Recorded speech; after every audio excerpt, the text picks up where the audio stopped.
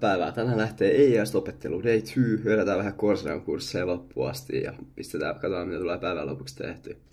Nopea päivitys vaan. Täällä mä vedän Courseran kurssi Responsible AI, Applying AI Principles with Google Cloud tällä hetkellä. Ei mitään, mä katselen videoita vastailen niin tentteihin tässä videoiden välissä ja luen jotakin artikkeleita tämän välillä. Vitsi kun näissä nettikursseissa on kaikista tällainen monotoninen robottiääni, jolla ei ole mitään painotusta, niin sit sä kuuntelet tällaista. Ei voi mitään, varmaan olisi joku parempikin tapa oppia. Täytyy harkita itse jotakin käytännön juttuja harjoittelua kanssa niin kuin tässä ohella. Ettei tästä tule hulluksi tästä kuuntelusta. Ei tässä muu auta kuin vetää kurssit läpi, harjoitella istumislihaksi. No nyt on päät. 4 kurssitodistusta ja sitten 1 tällainen specialization-todistus. Heitetään nää heti tonne linkkariin. Noin, siellä ne nyt on. Joo, side noteina tässä 30 aikaan päivänä pitää pistää toi linkkeiden kuntoon, joten joo, se ei nyt ole mintis vielä, mutta 30 päivää, niin sit se on.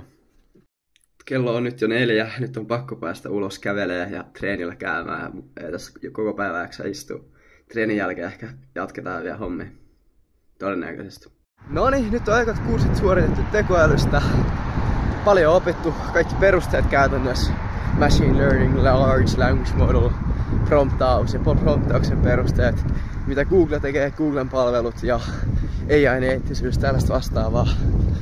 Ja hyvä fiilis, nyt niin vähän ymmärtää jo asiasta jotain ja alkaa vähän niin hahmottaa, että voi tehdä vaikka mitä. Mä haluan päästä rakentamaan itse jotakin automaatioita N8 tai jollakin tällaisella ja AI-agentteja, mitä nyt kaikkea voi. I'm excited. Aika hyvä day 2 so far. No niin, iltaa treenin jälkeen tässä mä editoin näitä mun videoita. Tänään ei tule enempää AI-hommia, pitää editoida nämä videot kuntoon julkaista. Sitten mä katson kouluhommat kuntoon ennen huomista maanantaita. Mutta tää oli erittäin hyvä day 2. Huomenna, tai day 3, day 4 mä halusin alkaa vähän niinku rakentaa noita omia automatisointeja. Ja sit kun mä ostin tuon Courseran nyt kuukaudeksi, niin mä käyn mahdollisimman monta kurssia ja lisenssiä sieltä hommaamassa tässä kuukauden aikana.